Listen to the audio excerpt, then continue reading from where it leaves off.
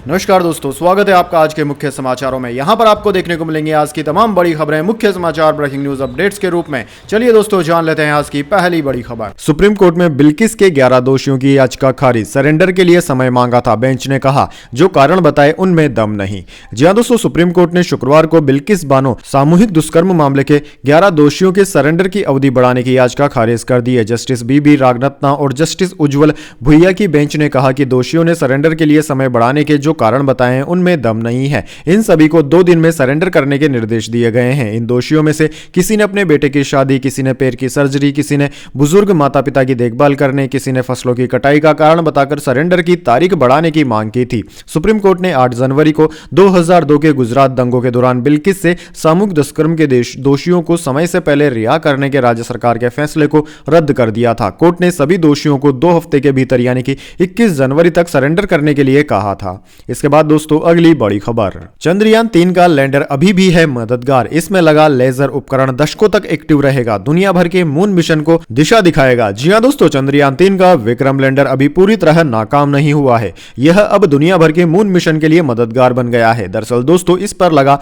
Laser रेट्रोफ्लेक्टिव array यानी कि LRA चंद्रमा के साउथ पोल पर लोकेशन मार्कर के रूप में काम कर रहा है। यह जानकारी भारतीय स्पेस रिसर्च ऑर्गेनाइजेशन इसरो ने शुक्रवार यानी कि 19 जनवरी को दी। चंद्रयान 3 14 जुलाई 2023 को लॉन्च किया गया था। दोस्तों, इसमें 3 हिस्से थे: प्रोपल्सल मॉडल, लैंडर विक्रम और रोवर प्रज्ञान। प्रोपल्सल मॉडल को चंद्रमा की कक्षा में स्थापित कर दिया गया था। लैंडर और रोवर ने 23 अगस्त को चंद्रमा के साउथ पोल पर लैंडिंग की थी। अमेरिकी अंतरिक्ष एजेंसी नासा के लूनर रिकॉग्नाइजेंस ऑर्बिटर LRO ने 12 दिसंबर 2023 को विक्रम लैंडर के LRA के जरिए रिफ्लेक्ट किए गए सिग्नल को कैच किया था। LRO ने इसका इस्तेमाल करके ही लेजर रेंज हासिल की। यह ऑब्जर्वेशन लूनर नाइट्स के दौरान हुआ जब LRO चंद्रयान 3 की ओर बढ़ रहा था। इसके बाद दोस्तों अगली बड़ी खबर, मनी लॉन्ड्रिंग केस में ईडी ने लालू और तेजस्वी यादव को पूछताछ के लिए बुलाया।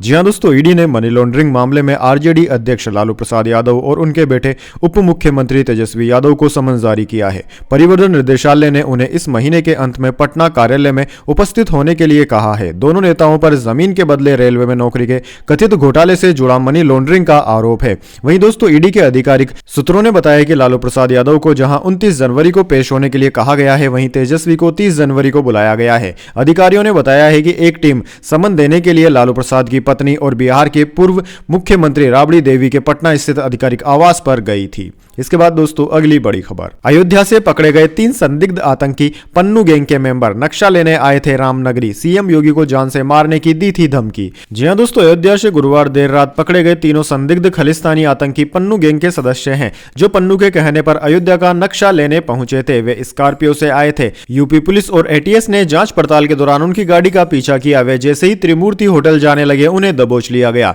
तीनों राजस्थान के रहने वाले हैं। 2 की पहचान जाजोद के रहने वाले शंकर लाल दुसाद और प्रदीप पूनिया के रूप में हुई है, जबकि तीसरे की पहचान झुंझुनू पत्तूसुरी के रहने वाले अजीत कुमार के तौर पर हुई है। यह खुलासा तीनों संदिग्धों से पूछताछ में हुआ है। पन्नू ने शुक्रवार को सीएम योगी आदित्यनाथ को जान से मारने की भी धमकी दी थी। इसके बाद दोस्तों अगली बड़ी खबर, गोवा में लोकसभा चुनाव लड़ने की तैयारी में आम आदमी पार्टी, अरविंद केजरीवाल ने खुद दिए संकेत। जी हां दोस्तों, आम आदमी पार्टी ने शुक्रवार को संकेत दिया है कि वह गोवा से आगामी लोकसभा चुनाव लड़ने की इच्छुक है। पार्टी के राष्ट्रीय संयोजक और दिल्ली के मुख्यमंत्री अरविंद केजरीवाल ने कहा कि उनका दल विपक्षी गठबंधन इंडिया के घटक दलों के साथ तटीय राज्यों में एक सीट को लेकर बातचीत कर रहा है। गोवा में लोकसभा की 2 सीटें उत्तरी गोवा और दक्षिणी गोवा है। केजरीवाल ने हालांकि यह नहीं बताया कि उनकी पार्टी दोनों में से किस सीट पर चुनाव लड़ना चाहती है।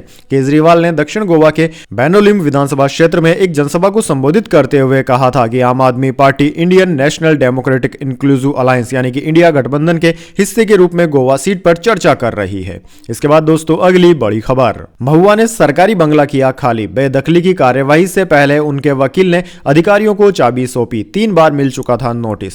जी हां दोस्तों, केश फॉर क्यूरी मामले में सांसद जाने के बाद टीएमसी नेता महुआ मोइत्रा से सरकारी बंगला भी छिन गया है। उन्होंने शुक्रवार 19 जनवरी को दिल्ली के टेलीग्राफ लेन स्थित बंगला नंबर 9 भी खाली कर दिया। महुआ के वकील ने बताया कि direct trade off asset DOE के अधिकारी आज बंगला खाली करवाने आए थे। हालांकि उनके पहुंचने से पहले ही सुबह 10 बजे तक बंगला खाली हो चुका था। वकील ने बताया कि उन्होंने अधिकारियों को बंगले की चाबी सौंप दी है। बेदखली की कोई कार्यवाही नहीं हुई। डायरेक्टरेट ऑफ असेट्स ने 16 जनवरी को नोटिस भेजकर महुआ से फौरन बंगला खाली करने को कहा था। इसके बाद दोस्तों अगली बड़ी खबर, वडोदरा बोट हादसे की जांच के लिए एसआईटी का गठन। 16 की कैपेसिटी वाली नाव में 31 बैठाए, 12 स्टूडेंट समेत 14 की हुई मौत। जी हां दोस्तों, गुजरात के वडोदरा में बोट हादसे की घटना में लेक का मेंटेनेंस करने वाले 18 लोगों के खिलाफ केस दर्ज किया गया है। पुलिस ने 2 को गिरफ्तार कर लिया है। हरणी लेक का मुख्य ठेकेदार परेश शाह फरार है। वडोदरा पुलिस कमिश्नर ने हादसे की जांच के लिए एसआईटी का गठन कर दिया है। इसमें 7 पुलिस अधिकारी शामिल है। मामले में वडोदरा कॉर्पोरेशन में सहकारी अभियंता राजेश चौहान ने मेंबर्स कोटिया प्रोजेक्ट के प्रबंधकों के खिलाफ भी एफआईआर दर्ज करवाई है। शिकायत में कहा गया है कि हरणी लेक जोन में काम का वर्क ऑर्डर 2017 से मेंबर्स कोटिया प्रोजेक्ट के पास है। प्रोजेक्ट में लेक में बैटिंग से लेकर भोजन पे बैंक्वेट हॉल जैसी सभी सुविधाओं की जिम्मेदारी मेसर्स कोटिया के जिम्मे थी। इसी तरह हादसे का जिम्मेदार मेसर्स कोटिया प्रोजेक्ट के प्रबंधक ही है।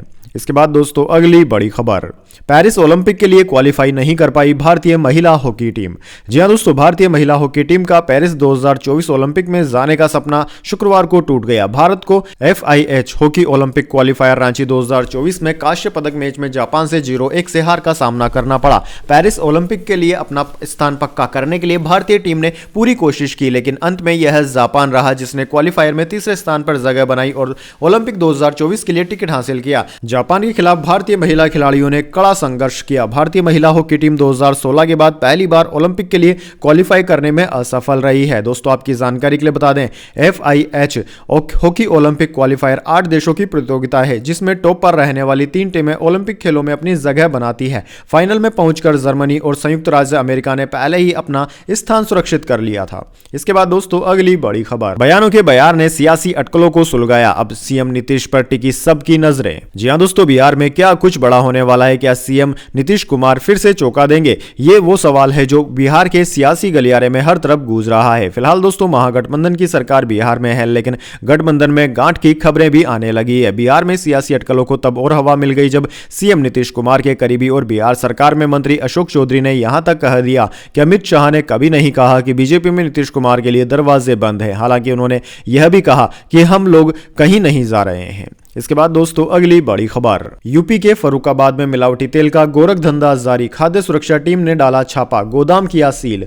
जी हां दोस्तों, उत्तर प्रदेश के फर्रुखाबाद में सरसों के तेल में मिलावट का मामला सामने आया है। एक गुप्त सूचना के आधार पर खाद्य सुरक्षा विभाग की टीम ने नगर मजिस्ट्रेट के नेतृत्व में शहर के किराना थोक बाजार लिंजी जंग में छापेमारी कर एक गोदाम से मिलावटी सरसों का तेल भारी मात्रा में बरामद किया। मिलावटी तेल का सैंपल लेकर जांच के लिए भेज दिया गया है। साथ ही बरामद तेल के गोदाम को सील कर दिया गया है। किराना सामान का लीजिंग एक बड़ा बाजार है। बताया जा रहा है कि यहां व्यापारी तेल में मिलावट कर रहे थे। दोस्तों आपकी जानकारी के लिए बता दें, मिलावटी तेल मानव जीवन के लिए काफी खतरनाक होता है। इससे लोगों की जान भी चली जाती है। इसकी गंभीरता को देखते हुए जिला प्रशासन ने आनन फानन में नगर में मजिस्ट्रेट के नेतृत्व में खाद्य सुरक्षा टीम व पुलिस बल भेजकर विशाल गुप्ता नाम के तेल व्यापारी के गोदाम पर छापेमारी की।